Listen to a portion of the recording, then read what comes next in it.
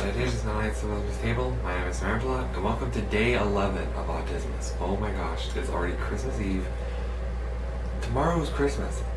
I'm so excited. So yeah, for today's video, it's going to be another installment of An Aspie's Guide to Gaming. You probably already read the title thinking, oh great, another one of these. Well, I know, I'm not very good at game reviews. That's because I add them all the time. Sorry, I think I had to sneeze. So yeah, for today's video, for An Aspie's Guide to Gaming, what is this? Lost track over the years, or months. Oops. Anyway, so for today's video, we're pretty much going to review the Xbox 360. Now, you're probably thinking, that's not very festive. I know. But the Xbox 360 just means a lot for me and my family for holidays. Probably wondering why. Well, it all started back in, I want to say 2008, when me and my sisters, we wake up one Christmas and we open all our gifts from Santa. And basically, we wake up, then my parents pull out a surprise gift. And what gift was that? Well,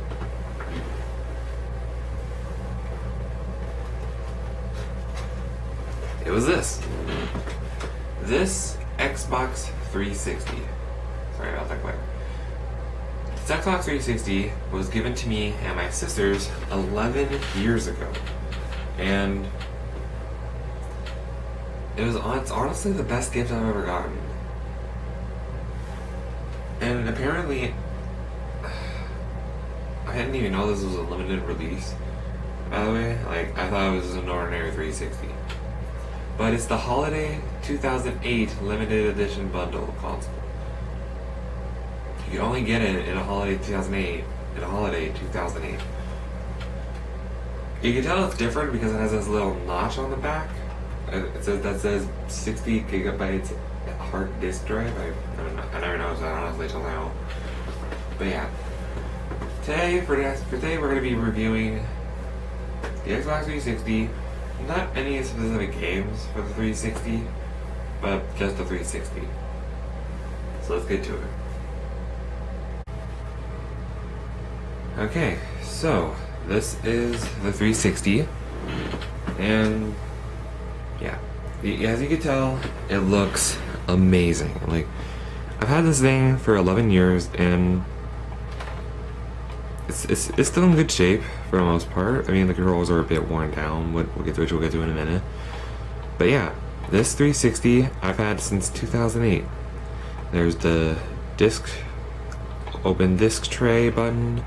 I'm not sure what this is, honestly. I think it's a sensor of some sort. The disc tray, memory cards A and B, a sync button. Those USB ports? I don't know that. And of course the power button. And I know what you guys are wondering. How come your Xbox 360 hasn't red ringed?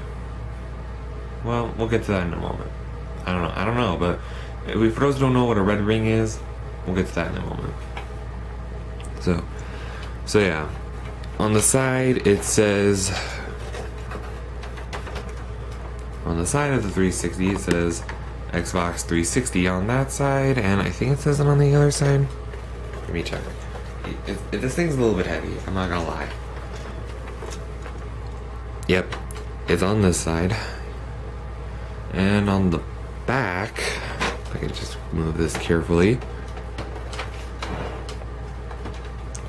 has the basics a console needs. We have AC power plug-in. Those are the fans to keep it cool. And actually, this console, I think the PS3 is also like this, but you can either plug it in via AV cables or component cables as well, because mine actually has a split has like a split cables between AV and component, depending on what kind of TV you had. And it has, but if you want to simplify things, you have HDMI cable. This thing, I think that's an Ethernet cable adapter. Oh, voice crack. I think that's an Ethernet cable adapter, but I'm confused because it says I/O right here. I don't know if you guys can see that. Hopefully you can. So yeah, that's just the basic shape of the 360, but there is the controllers for it, which are amazing. And let's get to that right now. So here's the 360 controller. I know it doesn't look great. My little sister loves to play on this console nowadays a lot. Well, she used to at least this year. And yeah, it has its fair share of use. I would have showed you the other one, but it's even worse. Oh, sorry. Okay. So yeah, the 360 controller is a lot like the Xbox One controller. Has left and right triggers, left and right bumpers, a sync button to sync it in, and a cable, I guess, for if you want to play PC gaming back then. Doesn't really have a use now. Thumbsticks, and an A, B, X, Y button, back and start, and of course, the home button. Yeah. And then there's everything's great about this controller. I hear a lot of people, although I hear a lot of people are complaining about the D directional pad, but I can't find really any complaints about it. I think it's a near perfect controller. I say near perfect because, well, as I said, it's had a fair share of use, and the batteries run out super quickly, and doesn't even give you a warning. It just disconnects the controller, and you have to change the batteries every so often, even when it's not in use. So yeah, there's just some technical flaws about the controller, like it kind of like the batteries, but yeah, kind of has a major, kind of like the 360 console. It's a good console, but has a serious flaw: the red ring of death. For those who don't know what I'm talking about, the red ring of death. Well, let me turn this back around.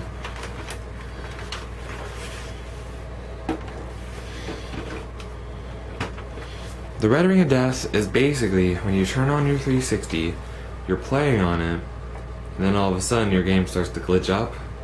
Then you look at your console, and the ring is no longer green. It's red.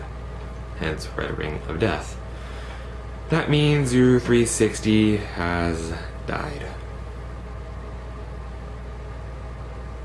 Yeah, I've heard this is a serious problem among 360 owners and those trying to find a refurbished or a used 360 from like a resale shop, like a local video game store.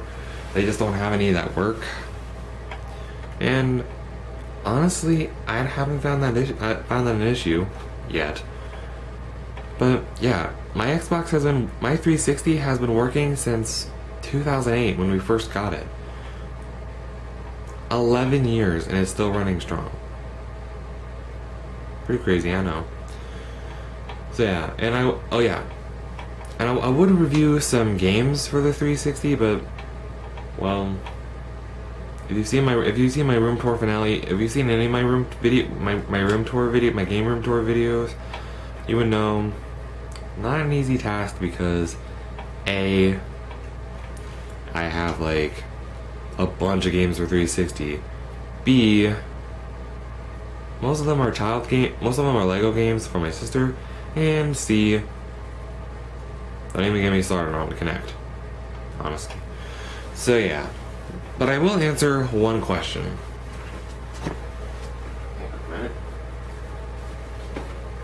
What was the first game I got on the 360 that was pre-packaged with this? Well, for those who have had the holiday 2008 bundle, you would know it would have been this game, which is kind of childish, I know.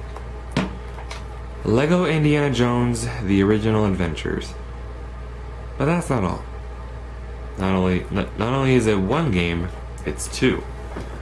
It's the Indiana Jones: The Original Adventures is a dual cartridge alongside Kung Fu Panda, the video game. Personally, I prefer Lego Indiana Jones over Kung Fu Panda, the video game, any day. like, me and my sister have unlocked almost every single character. Almost.